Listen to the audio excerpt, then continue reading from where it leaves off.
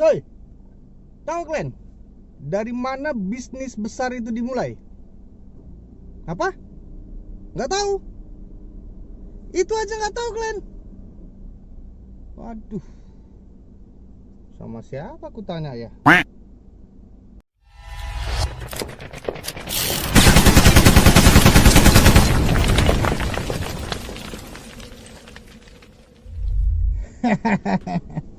Sorry ya, aku pun nggak tahu sebenarnya. Ya, tapi bolehlah ya kita bahas dari mana bisnis besar itu dimulai. Sebenarnya aku juga nggak tahu-tahu kali, tahu-tahu sedikit aja. Mana tahu kawan-kawan tahu, jadi aku tanya. Jadi di video kali ini aku pengen bahas dari mana bisnis besar itu dimulai menurut pendapatku, menurut versiku ya.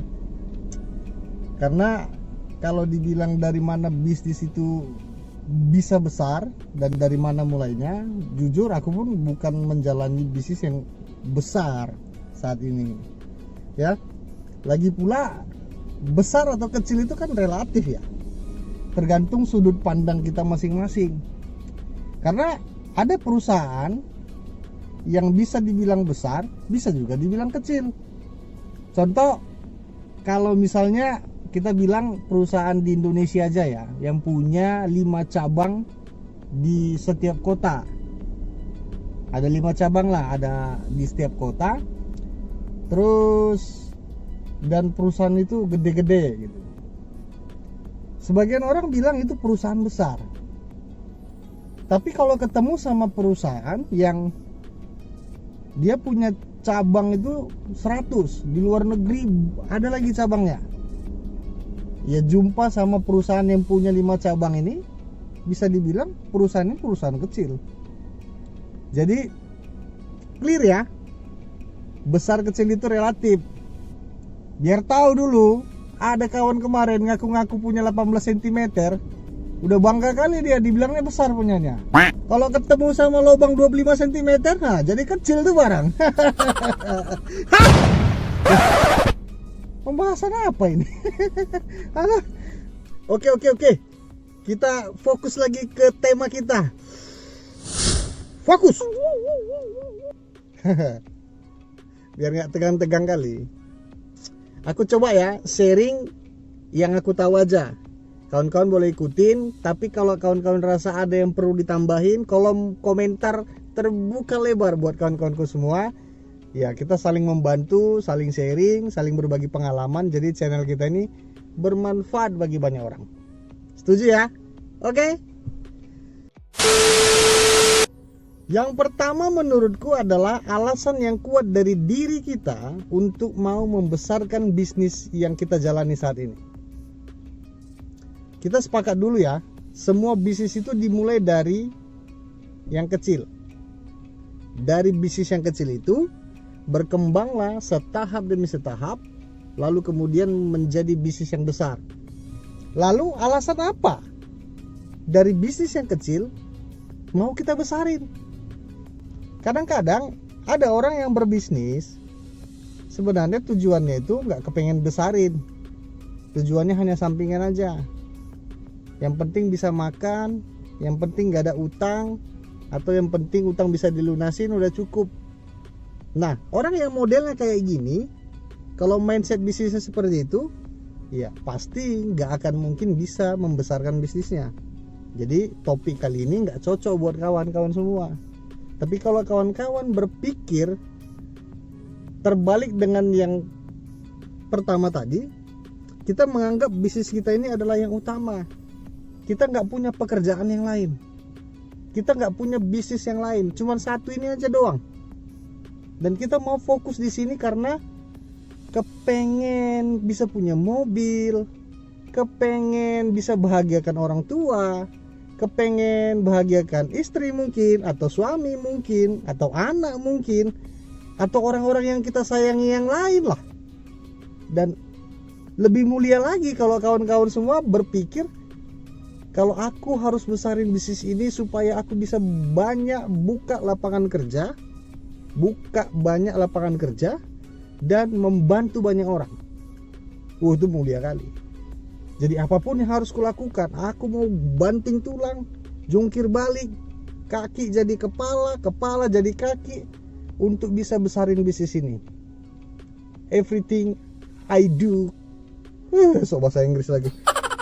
Everything I can do it. Betul belum itu? Nah, itulah dia.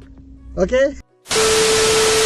Nah, itulah yang pertama, yaitu alasan yang kuat.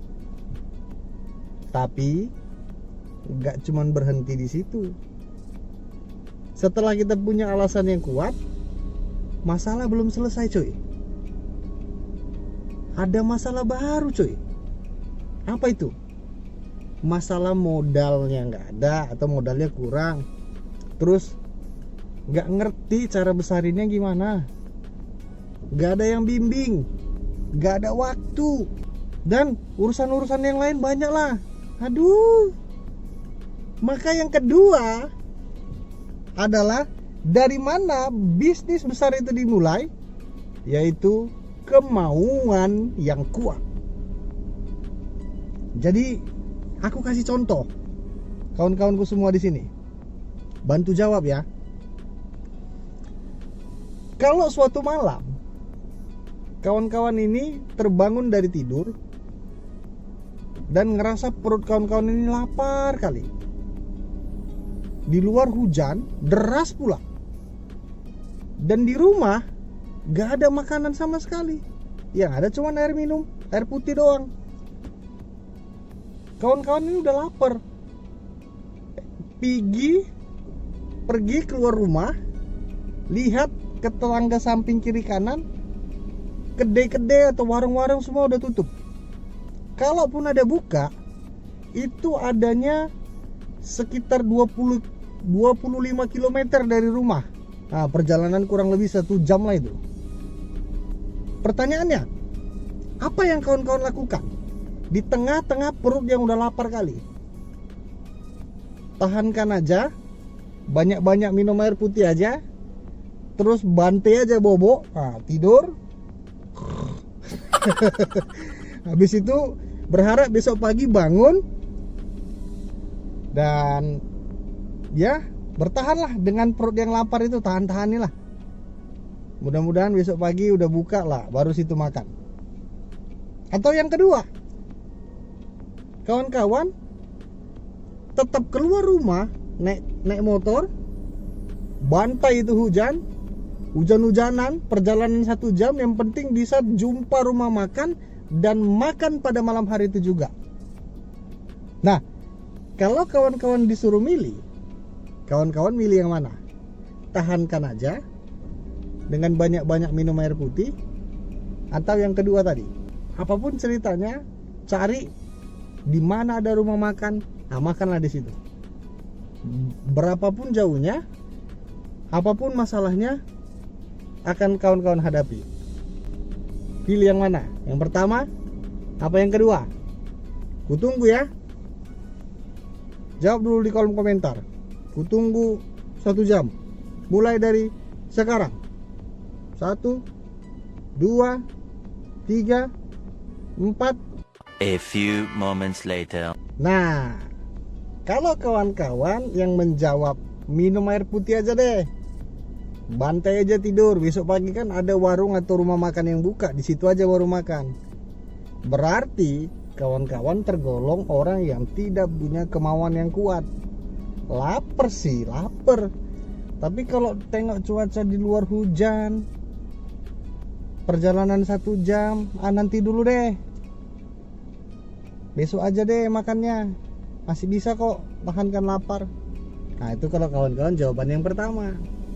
Tapi kalau kawan-kawan memaksa tetap harus keluar rumah dan menempuh perjalanan 1 jam hujan-hujanan demi bisa makan malam hari itu, berarti kawan-kawan termasuk orang yang punya kemauan yang kuat kali untuk makan. Nah, ini hanya ilustrasi aja ya kawan-kawanku semua. Kadang-kadang dalam bisnis, orang sukses pun terkadang dihadapkan dengan masalah yang mirip seperti cerita perut lapar tadi. Sebenarnya jalan keluarnya ada.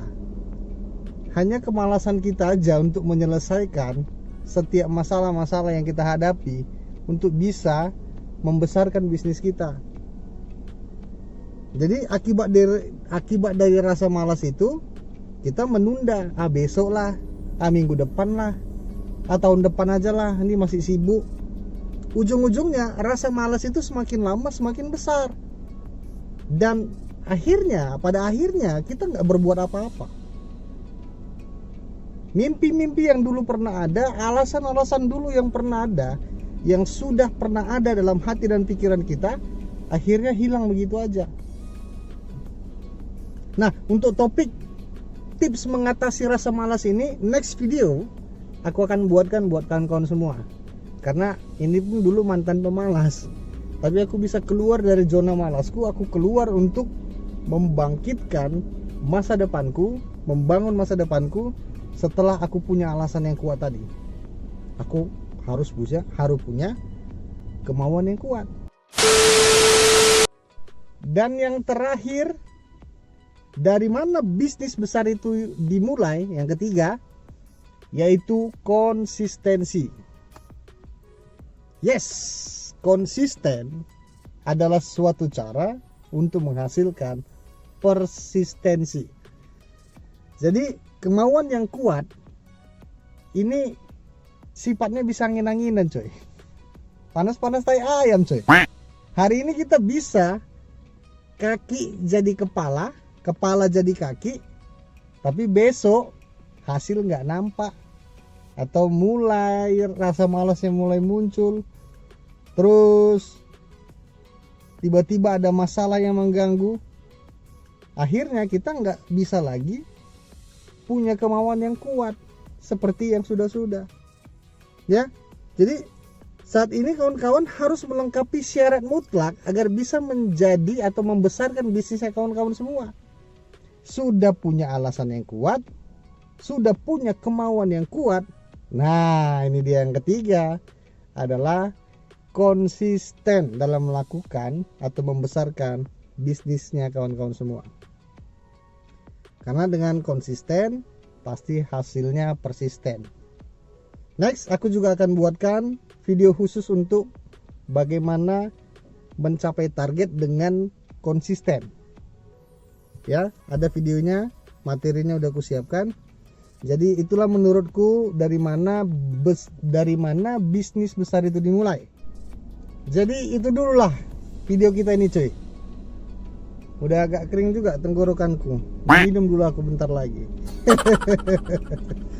Ya, semoga video ini bermanfaat buat kawan-kawanku semua di sini, dan kawan-kawan bisa semangat lagi membangun dan membesarkan bisnisnya kawan-kawan.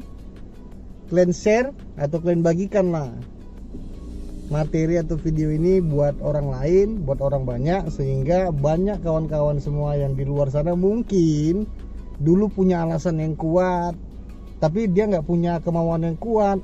Setelah lihat video ini dia jadi punya kemauan yang kuat, atau mungkin dia punya dua-dua, punya alasan yang kuat, punya kemauan yang kuat, tapi dia nggak punya konsisten. Ya, kalian tunjukkan video ini, dia kembali lagi konsisten, kan nggak ada masalah. Dengan membagikan video ini, banyak kawan-kawan kita di luar sana kembali lagi bersemangat untuk menggapai mimpi-mimpinya. Jadi berkat loh, hanya bagi-bagikan aja. Ya, kawan-kawanku semua ya. Jadi buat kawan-kawan semua di sini, terima kasih yang udah nonton dari awal sampai akhir, dan semoga kita semakin kenal dekat dengan kawan-kawan. Juga subscribe, follow Facebook page ini, like atau follow juga Instagramku, komentar, ya kenalan lah kita. Sebutkan nama, asal dari mana, bisnisnya apa, masalahnya apa. Kalau ada pertanyaan kawan-kawan tanya, semoga aku bisa bantu jawab, dan aku buatkan video khususnya buat kawan-kawanku semua.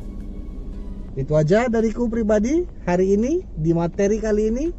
See you next time. Ha!